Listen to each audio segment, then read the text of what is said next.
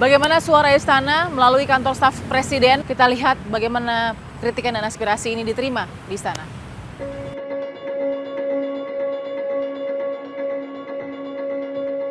Bang Ali, kita sebentar lagi mau siap-siap untuk fit and proper test juga. Kalau nanti 10 nama Capim sudah menjadi 5 dan terpilih, kita punya pimpinan KPK baru. Insya Allah. 5 komisioner. Ada nggak sedikit argumentasi atau pertanyaan dari Pak Presiden bahwa ini sudah yang terbaik atau sebenarnya saya masih mau nama-nama lain? Ketika Presiden menyetujui pansel itu artinya bahwa Presiden menaruh harapan untuk dan atas nama negara. Kemudian panitia seleksi itu kan adalah orang-orang terpercaya. Mereka bukan malaikat, manusia biasa. Tetapi Presiden punya harapan besar terhadap panitia seleksi sehingga dengan harapan agar dari sejumlah nama yang terdaftar sebagai komisioner KPK diharapkan mereka bisa melakukan seleksi terbaik, kemudian bisa mendapatkan 10 orang terbaik. Betul. Itu sebabnya ya, kita berharap bahwa 10 orang yang diterima oleh Bapak Presiden dan diserahkan kepada DPR juga akan menemukan pimpinan dan komisioner terbaik bagi KPK. Baik untuk bisa menunjukkan kepada publik Indonesia komisioner yang bagus, kemudian KPK secara institusi juga adalah punya harapan dan kepercayaan tinggi dalam rangka penegakan tindak pidana korupsi, penegakan hukum, tindak pidana korupsi di negeri kita. Ada aksi atau paling tidak aspirasi yang terbaca dari masyarakat? Tolong dong nama-namanya direvisi lagi atau kemudian dirombak lagi 10 nama. Itu didengarkan nggak sih sama Pak Presiden? Iya, kalau Presiden kan tidak jarang jarang meminta masukan, pandangan daripada para senior, opinion leaders, dan semua masukan itu, tapi pada akhirnya kan Presiden yang punya keputusan, otoritas tertinggi kepada Presiden Joko Widodo. Dan itu sudah terlaksana. Jadi artinya apa yang di paket yang diberikan oleh Pansel 10 nama ini Presiden semuanya 100% oke? Ya, ini kan kalau Presiden menyerahkan kepada DPR, kemudian DPR melakukan fit and proper test, itu artinya bahwa Presiden tough, yakin, firm terhadap apa yang beliau ambil. Dan lagi-lagi saya ingin mengatakan, Balkis, bahwa semua rakyat Indonesia mudah-mudahan memberikan dukungan penuh atas apa yang dilakukan fit and proper test oleh Dewan Perwakilan Rakyat Republik Indonesia. Dan hari ini kita percaya bahwa kalau tidak ada KPK sangat berbahaya bagi negara kita. Bang Ali, terima kasih. Terima kasih Pak Hendardi. Baik, ya terima kasih. Ini kita sowan ke Setara Institut juga nih. Kenapa sih pertama dimasalahin dulu, panselnya itu dipermasalahan juga gitu? Yang terus terang menuding saya misalnya dan saya terutama di awal sebagai punya konflik of interest. Ya kan, karena kedudukan saya sebagai penasihat ahli Kapolri, ya. Ya saya sempat jelaskan tentu ke publik, ya kan. Masa integritas orang diukur hanya ketika dia menerima jabatan sebagai penasihat ahli Kapolri yang katakanlah baru 4-5 tahun ini. Sementara saya membangun integritas ini udah hampir 4 dasawarsa ya. Yang ketika si pengkritik itu mungkin masih pakai popok. Apalagi penasihat ahli Kapolri itu kan satu institusi yang tidak langsung di bawah struktur Polri. Kami tidak di bawah ini. Kami hanya semacam think tank. Ya, anggotanya profesor-profesor itu. Ya, dan guru-guru besar untuk memberikan pemikiran-pemikiran kepada Kapolri, Wakapolri jika diperlukan. Kalau nggak diperlukan dan lebih banyak mungkin nggak diperlukan. Orang Kapolrinya aja juga profesor, ya kan. Saya jamin ini lebih ketat daripada setidak-tidaknya 4 tahun silam. Karena beberapa tes kami tambahkan. Misalnya tes psikologi sudah kami lakukan, tapi kami lakukan tambahan lagi profile assessment.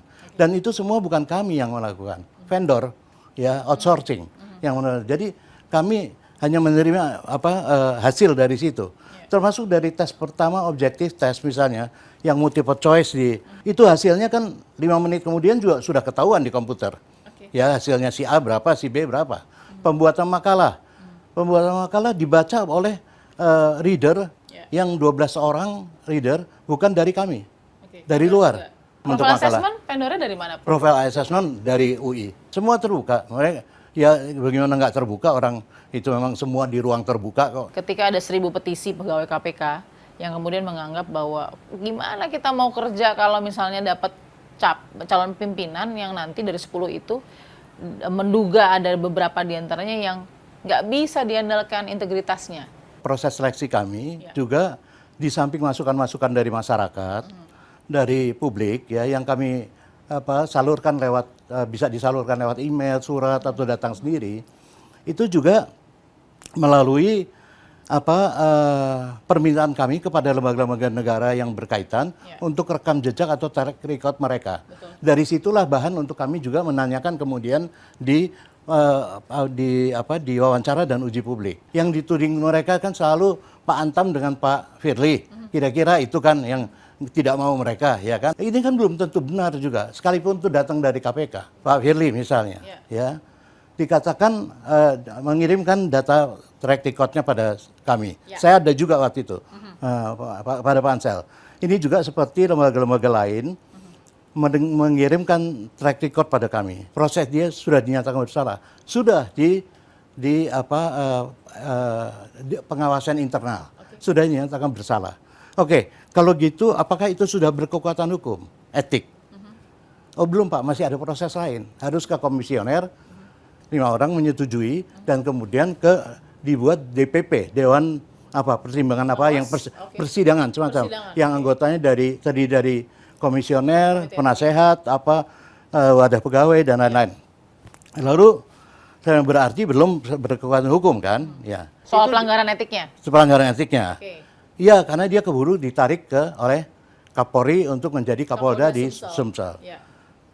Pada waktu uji publik, saya tanya lagi kepada Pak Firly itu, gimana? Dia menjelaskan bahwa begini-begini, sudah menyampaikan itu dan sudah menyampaikan pada komisioner bahwa tentang peristiwa itu, komisioner dari 5 komisioner tidak ada yang menyatakan dia bersalah, sehingga tidak diperlukan ke DPP itu.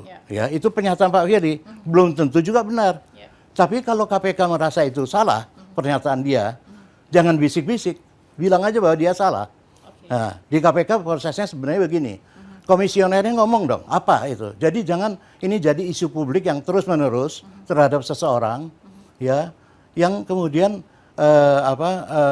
tidak ada ujungnya. Saya tidak berkepentingan membela siapapun, apakah itu Pak Firly atau Antam atau apa. Tapi saya ingin mencontohkan bahwa track record yang dibuat itu seringkali juga belum tentu suatu kebenaran. Itu maksud saya. Karena itu kami uji di dalam ini. Ada satu contoh lagi, seorang jaksa. Dinyatakan di situ bahwa dia pernah terlibat suatu kasus lah ininya. Ini track record dari KPK. Anda pernah terlibat kasus ini di satu daerah. Waktu Anda masih menjadi jaksa. Apa ini? Apa benar? Kalau tidak salah, cerita dia adalah itu benar Pak, itu bukan kasus. Itu pernah diberitakan bahwa saya seolah-olah terlibat kasus itu. Waktu saya masih menjadi jaksa. Tapi itu bukan kasus, cuma diberitakan. Kan biasa juga, pers bisa juga dipakai untuk ini. Lalu Pansel cross-check nggak kemudian kepada? Saya langsung cek pada beliau. Lah, lalu KPK gimana? Karena data Anda dari KPK. KPK pada waktu itu belum ada. Lah masa KPK modalnya untuk track record clipping? Cross-check kejaksaan pada saat dia tempat bekerja juga tidak ada kasus? Ya, dia berani ini di publik, kalau ada publik harus bantah. Jaksa ataupun siapa harus bantah. Saya mau tanya juga, kan ada Pak Robi juga tuh yang cukup manuvernya luar biasa, jadi pertanyaan soal OTT mau dikurangi, lebih ke pencegahan, terus kemudian KPK tidak akan punya wewenang untuk menyidik Polri ataupun menyidik Kejaksaan Agung, karena akan tercipta cicak-cicak versus buaya-buaya jilid berikutnya. Itu pada saat itu nggak masalah? Bagi kami, itu ide saja. Ya, jadi nggak ada masalah kalau orang punya ide kan. Dan itu mungkin ide yang lain, tapi juga mungkin menarik. Karena KPK ini kan juga berkembang gitu ya, dan kita harus juga kaya dengan ide-ide bagaimana pengembangan terhadap KPK sendiri. Ya, tidak dijadikan sekedar buah permainan politik kiri kanan ya. Tetapi dia juga harus punya ide-ide. Bisa jadi ide Pak Robi ini seperti out of the box ya, tapi saya kira bisa dibicarakan, kenapa tidak. Dan kalau dia bisa pertanggungjawabkan ide itu, ya nanti di fit and proper dan sebagainya, ya apa yang salah dari situ? Kita akan temuan Sama-sama. fakta berikutnya.